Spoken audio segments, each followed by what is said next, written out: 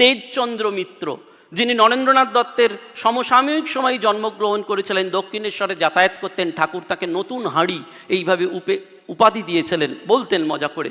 কিন্তু সেই তেজচন্দ্র একদিন বাসে করে যাচ্ছেন, পকেটে গচ্ছিত কিছু টাকা পকেট মারি হয়ে গেছে। তিনি তখন ঠাকুরের কাছে কাঁদছেন হাউ হাউ করে, যে আমার সেই সামর্থ্য নেই ঠাকুর, পরের টাকা, আমি কি করে এই টাকাটা দেব, আমার তো এই টাকা দেওয়ার ক্ষমতা নেই, উপায় কি? এই কাঁদতে কাঁদতে তিনি নেমে পড়েছেন বাগবাজারের ঘাটে। মন তার বিষণ্ণ, বিকাল বেলার পরন্ত বেলাতেও তিনি ওইটি ভাবছেন শুধু, যে কি করে আমি এই ঋণ পরিশোধ করব, আর আকুল ব্যাকুল হয়ে প্রার্থনা করছেন। কিছুক্ষণ বাদে স্পষ্ট শুনতে পেলেন ঠাকুর বলছেন, কাঁদছিস কেন? ওই দেখ না, ঘাটের কাছে যে ইঁটটা রাখা রয়েছে, ওই ইঁটটা তোল, দেখ তোর টাকা পেয়ে যাবি।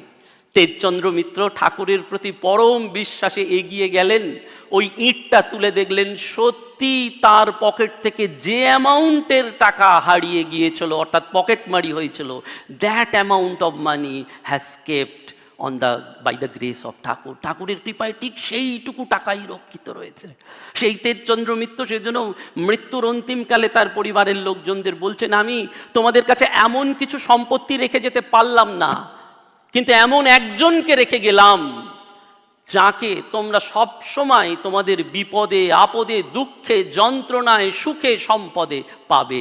তিনি ঠিক পেছন থেকে তোমাকে রক্ষা করবেন।